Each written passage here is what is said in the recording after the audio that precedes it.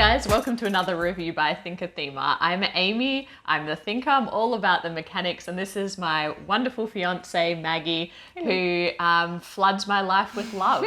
And today we are talking about the game by Elf Creek Games, Atlantis Rising. The designer is Galen Ciscell, and actually this is the second edition, so it's an older game that was almost completely redesigned. The artwork was redone, and it was launched last year, and it's been very popular on Kickstarter. What you're looking at here today is we have the playmat, of course, as you can see. So this is not part of the standard game.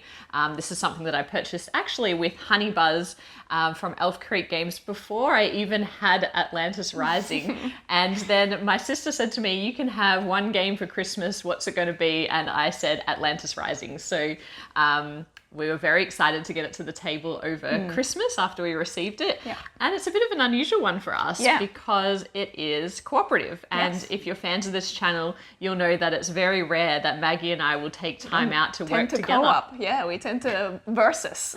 We do versus, and we like kind of tight competitive games, and our gaming group tend to be very competitively focused. So yeah, this was a different experience for us and a really interesting game. Yeah. So what's the theme in Atlantis? In Atlantis, we all play leaders of the land or the city of Atlantis, and we are joining the game at the worst possible time, because it's not like at the peak where things are, rosy and going fantastically. It's actually the day when the gods very petty gods, by the way, have decided to turn against the citizens because we haven't been adoring them enough or paying them enough attention. We've been paying too much attention to technology and mysticism, which I kind of felt like, well, mysticism is still kind of adoring the divine, but I think the angle is almost like black magic adoring, as opposed to the proper gods. Clearly not. They want the focus. So they've decided to sink us, and as we know, Atlantis is not a real place, which I only just found out because my mom led me astray, and she was like, oh yeah, I was watching a documentary on National Geographic. Not a real place. There's a lot of different theories, but what we're trying to do is we are going to be trying to build a cosmic gate. We're not going to save the city, but we're trying to build a cosmic gate to get everybody out of here before the gods sink us all. And if we talk about the components, the board gives you such that feeling of sinking. So the idea is that we're all working together to build this way out of a sinking city. Yep. And the way that the board works is that we'll be revealing misfortune cards, and you can see these pieces turn over and slowly reveal more ocean to give you that sense of the whole board is sinking, and that is just absolutely amazing. Yeah, the tides are kind of rising from the edge. And the reason why we purchased this game or are so interested in this game is obviously it'd been getting great reviews. Big fan of Elf Creek Games and everything that they're doing. The component quality is beautiful. Yeah. You can see all of the different resources here are just nice and chunky, and obviously the mat's really lovely. Yes. These double layered board here on the side. Now the way the game actually plays is quite simple, so it's a real pleasure to learn and teach. But then the game itself is actually quite hard to beat and gives you different levels of difficulty. But what you're doing is you're using worker placement. So everybody has a leader, and that leader has a special ability that nobody else has that allows you to do something that kind of break the rules to help the team achieve all of your goals. But then you also have a set number of Atlanteans. So these Atlanteans are the meeples in the game, and you have a different number of those depending on the player count. You can also recruit more, of course, every good worker placement game. Yeah. And what you're doing is you're placing them on different spots along these 5, 6 peninsulas. Yeah, this is the analyst in the team. It's like 6 peninsulas, and they all have different worker placement spots. And as Atlantis starts to sink, it sinks from the outside in. And so the easier or the things that are easier to achieve are on the outside, but you very rapidly start to lose these as the whole place starts to sink. And that's really clever because you then have the tension of, well, there's a lower dice roll that I need to achieve to get a piece of gold at this end of the peninsula, but it's at higher risk of being sunk this round. Whereas if I stay safe and dry up on this kind of high dry land with little risk, it's actually harder to get the resources that you need. And that's really the tension that plays out across each of these peninsulas. Do you take the easy option with greater risk or the low risk option with greater likelihood of reward? And of course, again, the leaders have different abilities that can help that. Now, what's really interesting about this game is everybody places out their workers prior to what is called the misfortune phase. And you can see here that there are a deck of misfortune. A very long, never-ending deck. It feels like a lot of devastating a lot misfortunes. of bad luck. Yeah. And what happens is they're really angry, these gods. They're not pulling punches. Yeah. one at a time, each player in the game is going to draw and reveal one of these cards. And these cards, a lot of them have different peninsulas depicted on them. And when you draw, for example, the city's peninsula, you will be sinking the next available tile on the city's peninsula. If it was the forest, you'd be sinking the next available tile on the forest peninsula. And then there are other even worse cards that make you lose different things, different resources that you've collected along the way that sink multiple tiles. And so this is really just luck of the draw. You are trying to mitigate as best as you can something that's going to come up from this misfortune deck, almost like a usual event deck that you might have in a game. Now, the other deck of cards are the library cards. And if you go to this peninsula here, you can collect library cards, and they are a combination of one-off effects that you can use or one-off abilities that might unsink an area on a peninsula. It might give you resources. It just allows you to break the game in some way, or an ongoing effect or artifact that allows you a special ability to, again, help you get done what you need to. And the library cards are unavoidable in that if you want to succeed at this game, you really need to leverage those. You really need to leverage those. All players are going to be collecting library cards and then discussing how and when to play those. Now, the overall objective of the game, or how do you win and escape, is to build all of these components and eventually the power core that go onto this amazing separate board here, which you can see is double layered. And as you're building each of these components, you can see that they have a cost associated with them. So for this one, I would need to collect these 4 different resources, but actually there are worker placement spots here where you can join your fellow players and actually combine resources to help build these items. But once they get built, they get turned over and you're trying to fill all of these, i.e. you need to build all of these components by the end of the game in order to then place the power core and everyone gets out alive. If you turn it around, you can see, it's yeah. transporting you to a different land. Transporting you to a different land. Now, the final thing that I want to talk about, actually, there's two other things that I want to talk about. I've got so much to talk about. Is that each of these have, of course, like a one-off ability. So when you build it, you get to benefit from that ability, which means that you're kind of looking at what's the best order to build these components in. Some of them also have additional worker placement spots. So once you've built them, you can use them as if you were using different parts of the peninsulas with worker placement spots. There's a lot of, to get resources, especially the raw resources, you do need to do a lot of dice rolling. So I think mechanically there's a lot of luck here, and people should be aware of that. I think going in some people enjoy luck and some people don't, but there is luck involved in getting the resources that you set out to get, and also of course the order of that misfortune deck and what comes out, and whether you get calm seas or just a whole heap of bad cards in a row and sink very quickly. Now, there are two other things that you can do to help yourselves have the best chance of winning here. The first is you can build a mystic barrier which sits at the end of a peninsula. So if that piece of peninsula were to be sunk, instead of sinking it, you would just get rid of that mystic barrier. The way that you do that is by collecting these mystic energy tokens.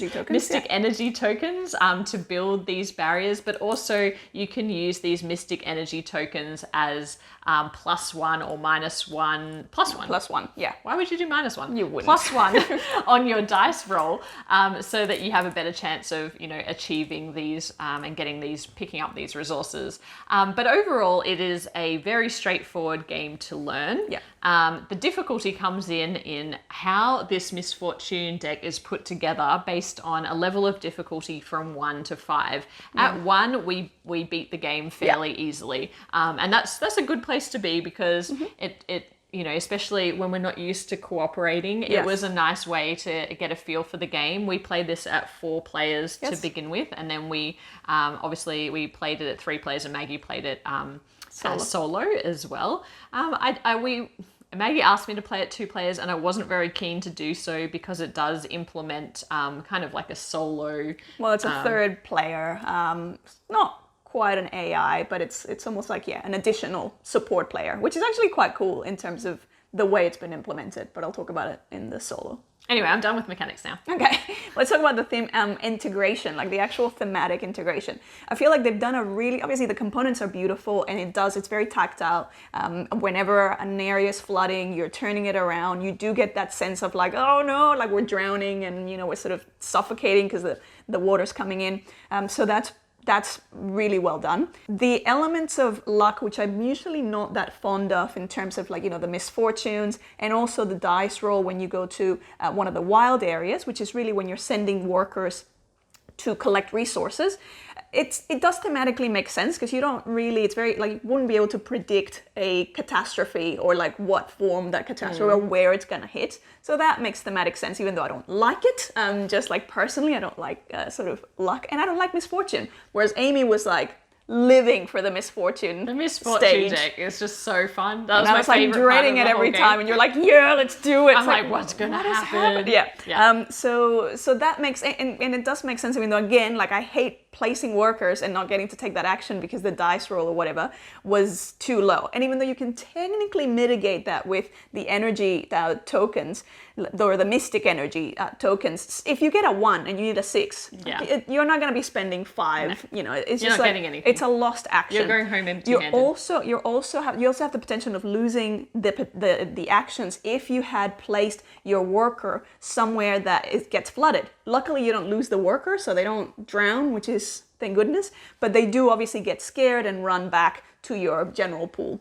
So you don't get to place the action. It does make sense thematically that if you're sending someone to find a raw resource in a forest or in a hill, they're not always going to find it. It's not like, it's not a shop where it's guaranteed. In terms of the name of the components that you're building and their ability or what they allow you to do, there is some correlation. The only thing that I would pick with this is you don't really get any, or at least I couldn't find any correlation between the resources that you have to use and what you're building. So it just really feels like it's a token, this combination of things with this other combination of things. And obviously some are easier to get than others.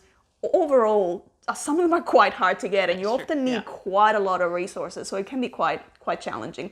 But overall, it's a nice, immersive, it does not do a great job of setting that world. I think the syncing of the board itself is just brilliant. Yeah. It is so amazing how they've brought that to life. Yeah. I actually, it's hard to do a review like this because we wanted to play it but we don't usually play cooperative games. But I think that the way that this is implemented made it really friendly for gamers like us who aren't used to cooperative games, because the asymmetric powers are not so great that you get, if I compare this to Spirit Island, which is another game that I know a lot of people enjoy, but Maggie and I found quite difficult to, wrap our head around the player powers and all of that kind of thing. This is much simpler. You have one ability, and it's really easy actually then to remember what everybody else can do as well. So that helps you have a lively discussion about what's going to happen that round. The other thing that I really love, I know this is a problem with some co-op games, is that, having one person take over and demands that everybody do everything exactly how they want. I feel like in this game, there's so many options and you need to get a lot of things done that it's not it's not. Yeah, that never happened. Yeah, that's never going to happen. And also you get a lot of different workers. So even if one person recommends that you go somewhere to do something, you've still got all these other workers to play with. So it never felt like someone was taking control. It felt like we were all contributing. I also really enjoyed, there's moments where, you have a leader with a special ability and they'll allow you to piggyback on that leader. So they're like, oh, I'm going to go do this. And it allows anyone on that tile or anyone on that peninsula to have that same ability. So who wants to come and join? So I thought that was a nice group effort. element, of group effort and collaborative thing, Yeah, and I really like the idea of it ratcheting up that difficulty level. When we went straight from 1 to 4, we lost. But we got pretty close. Like we got down to the last Yeah. power core piece, and then we just didn't have time to build it before we sunk. Yeah, we were probably only like one round away. And then we got it the next time, and then Maggie's been playing it solo, which has been quite brutal. Well, it's interesting because so I'll talk a little bit about the solo experience. When you're playing solo, obviously this is a game that you're meant to play with at least 3 players, and that's why even in the 2-player variant, you're adding this character called the hologram. I believe that's what it's called. Yeah, the hologram, which is a very cool little meeple as well, because he's like holographic. Yeah, I know, it's really cool. So, and what the ability of that hologram is to all the other counselor cards, all the other special abilities of all the leaders that are not being used, you get to form that into a stack, and then you get to kind of go through them. So every round, you've shuffled that stack, and you get to pick from the top 2, and then create a discard pile. And so you're essentially throughout the game, you're getting to utilize all the different abilities of all these other leaders. Where in a 3-player game, if it was a regular human third player, you're stuck with your three abilities. So in a 2-player game, you either add that character. In a solo, you also add that character, as well as the automaton, which I don't usually like AI components, because it's like, oh, it can be fiddly. The automaton is almost like, it's not quite an AI, it's just more of an assistant, because all they really do is they just add a +2 to whatever tile they go. So it's good in the sense that to the dice roll, yeah. So it's good in the sense that it doesn't add, like, it's not distracting, because that's one of my issues with a lot of facilitating AI turns. It's not distracting because it's just remember that it doesn't get to take its own action, but it'll make it easier for whoever you put on that same tile, which is okay. I still felt like when even playing the same level, solo versus multiplayer, it still felt easier as a multiplayer, even without this ability.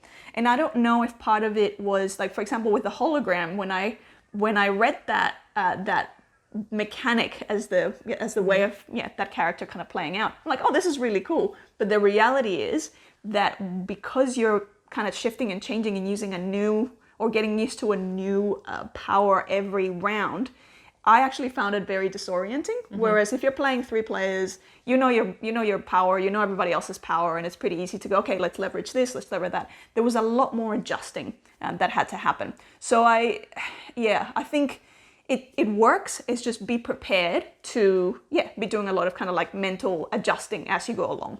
So again, it's even more like if you don't like luck, you have the element of the misfortune deck that you can't control. You also have the element of the dice, and then you have the element of not knowing which leader ability as a solo you're going to be able to leverage this round. So why own Atlantis Rising, 2nd edition?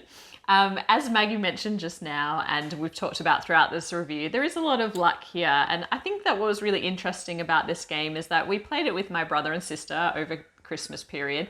My brother is quite into board games, but he's particularly into RPGs, both online, offline, tabletop games, Dungeons and Dragons. And he really, really took to this game. He loved it. He loved it. And I think that it was kind of enough strategy for him, but also that idea of kind of working together and leveraging abilities that just came really naturally to him. And I was thinking about this in terms of the fact that Maggie had said that the luck elements were something that you didn't like as much about the game. Yeah. And, you know, he plays these video games where you are a character and you're equipping yourself for an unknown. You don't know what the boss is going to be like. You don't know who's going to come and attack you and what kind of skills they'll have versus blind yours. Risk mitigation. Yeah, that blind so risk mitigation. You have to really plan for the worst. You have no idea.